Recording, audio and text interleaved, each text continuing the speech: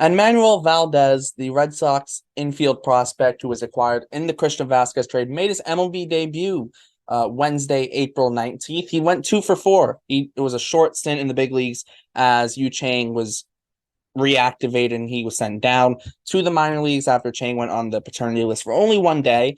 But we're going to talk about Enmanuel Valdez. A little bit slow start in his AAA season, but a lot of Red Sox fans have high hopes for him. And it was, one or two pieces brought back in the Christian Vasquez trade, which was a big trade for the Red Sox last year. So we're going to discuss him right here on Bleacher Brawls. My name is Derrik. I'm here with Luke, and this is your Enmanuel Valdez prospect pipeline.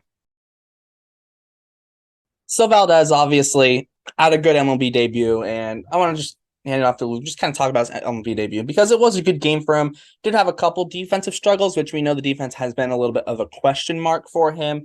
Can he play second base? They kind of really need him to play second base because he can't really play anywhere else. But just kind of thoughts on his debut as a whole and who he is as a player. I was pleasantly surprised. He hasn't. This is his first stint, other than spring training, that I know of, where he has ever seen major league pitching, and he wasn't going up against some long reliever making a spot start. He was going against Joe Ryan, and he managed 2 hits against Joe Ryan. One of them went to the opposite field, to a single to left.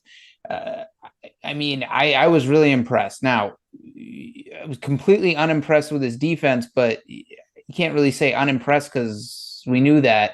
Anybody who's been following him anytime in his professional career so far knows he's got nowhere to play. He can't play defense anywhere. He's a guy who can hit, and he can hit really well. And the numbers have been there in the minor leagues offensively, but he's been tried out at left field, right field, I think center field too. He's been tried out at third base, second base, and he can't really figure out how to play any position defensively. And we definitely saw that Wednesday night in his debut game. I mean, he dropped a pop up. It was a pop up into shallow right field.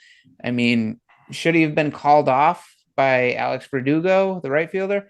Probably, but he was standing right under it, and it fell behind him, fell over his head, hit his glove, and hit the ground. It was as routine as a pop up gets. He can't play defense, but he's a really good hitter. He's got great pop. I think he can. I think he's going to be a 25 home run a year guy once he is an everyday major league player, and I think he will be in the next couple of years. I'm hoping that's with the Red Sox.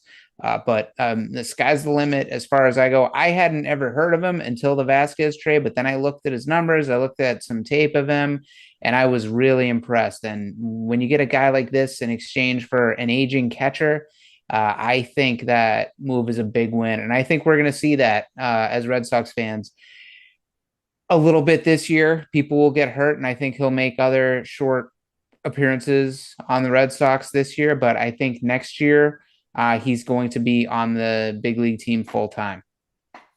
Yeah, and I would expect that too.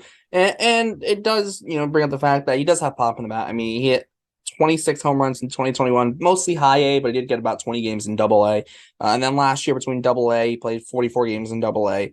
And then in triple A, he played 38 games in Houston system in triple A, and then he played 44 with the Red Sox in triple A.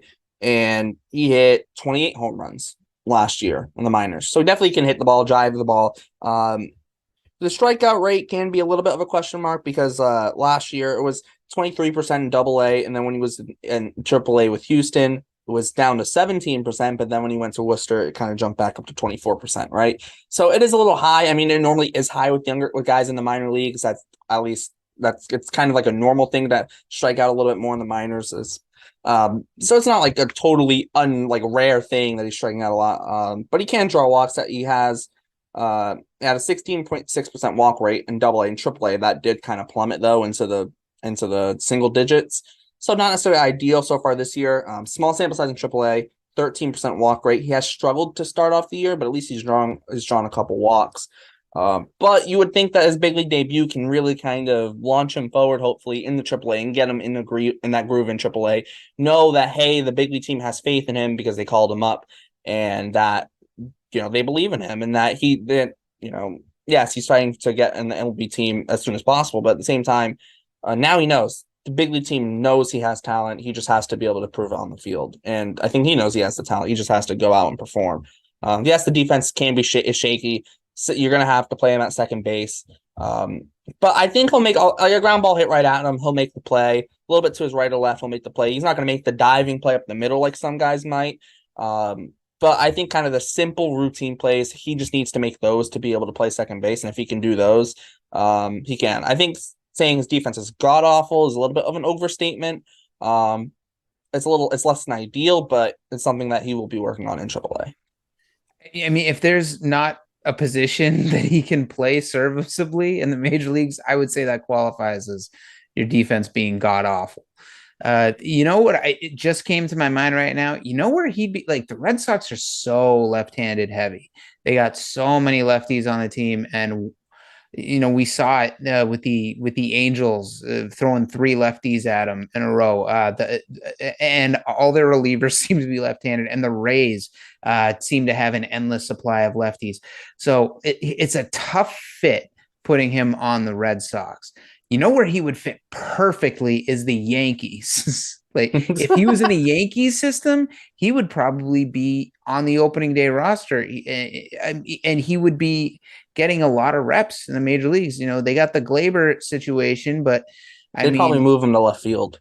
Well, yeah, he could, play in left field, Yankee Stadium. I mean, that's a tough out left field to play because it's so big. But yeah, he would probably be a starter, and he would probably do it because Rizzo's the only lefty. They're only grown up lefty. I mean, Franchi Cordero is the only other lefty that ever plays for them. So it's gonna be tough to squeeze him on the Red Sox because they got so many lefties already. I really hope they find a way to make room for him, even as a DH. Turn a DH against righties, certain righties. I think he could do really well. I think he could really impress us and force the team to find somewhere to put him. But I mean, if he was right-handed, he'd be a perfect fit. He'd be on the roster right now. He'd be staying probably over Yu Chang and just a pinch hit from time to time. But that's the tough part. His defense and the fact that he's left-handed, and the Red Sox have all lefties, it feels like sometimes. Yeah. Well, Yu Chang also can play shortstop, so that's also a big kind of factor in him staying and keeping a spot. I think with Valdez, I know the whole lefty thing and the ton of lefties with the Red Sox, and maybe it is blocking him to some extent, but it also goes back to the thing, if you can hit, they'll find a spot for you, whether you're lefty, righty, switch hit, or whatever, they will find a spot. And I think that's a thing for Valdez. If he can show that he can hit, they'll figure it out. Maybe it's only in a platoon. Like I believe Jarren Duran might be a platoon guy, at least until Adam Duvall's healthy, where he plays against righties and Ref Snyder against lefties, but he's still playing every day against righties. I think that could be a guy like Enmanuel Valdez, where, maybe he probably not gonna, maybe not play against lefties, but you can play against righties, right? And I think that could be an ideal role for him, at least early on in his career. Maybe he could end up becoming an everyday player, but with the amount of lefties, you probably would need him in a platoon. But against righties, he's going to play almost every day because there are a lot more righties than lefties in the league. So you will play more often than not. So I do think that the Red Sox, they will say, hey, if he's hitting, it doesn't matter if he's a lefty or righty, they'll find playing time for him. Because right now, I think they have 7 lefties on their active roster, and I think all 7 might figure into their starting lineup when they're facing righties. So at the end of the day, if you can play and you can play well, they'll find a spot for you. I think that's the big thing for Valdez. If he can prove he can play, they'll figure it out. He'll be in the middle of this Woo Sox lineup in AAA for the majority of this year, I would think, barring the rest of this year, barring any other call up, depending on injuries or whatever. Because the Red Sox, Mondesi will come back sometime, probably late May, early June. Trevor Story could come back. So he is a little bit log jammed up, especially even at second base. But like I said, the future's bright for him. Defense needs some work, but overall, I think we're very excited about him, right? I would think that's a fair statement. Absolutely. I'm really excited about him. I can't wait till we get to see him in the big leagues on an everyday basis. Thing is, I mean, riding the bench right now on the major league team, even if there is a spot for him, wouldn't do him much good because he needs to figure out how to play defense somewhere. He needs to play every day in the minors. And if that's at second base, then go for it because the Red Sox have an opening there. Trevor Story's moving to shortstop, and Christian Arroyo is clearly a placeholder. So if he can figure out how to play second base somewhat decently, he can figure out how to turn a double play, he can figure out how to catch a routine pop up, then I think he's going to be a very exciting player for the Red Sox next year. Yeah, and that's your righty lefty platoon, maybe. Valdez against righties, Arroyo against lefties. And I think that would work pretty well. I think that's something you could potentially see in 2024 as well. So it'll be very interesting to see what lies ahead in the future for Enmanuel Valdez. But I think it's a good place to wrap it up. So make sure to check out Or he could be the utility platoon. You got Valdez as the utility guy on the left side, and Bobby Dahlbeck as the utility guy on the right side, because neither of them can play any position defensively with any decency. So maybe that's what they're looking for. All offense, no defense from the two utility players. Well, Dahlbeck's not much offense either, though. That's the problem. Make sure to check out all our Bleacher Brawls links in the description, the Bleacher Brawls website, podcast, Instagram, and Twitter, plus all the crew's Twitters. Like, subscribe, hit the notification bell so you know every post, and comment. Let us know your thoughts on Enmanuel Valdez.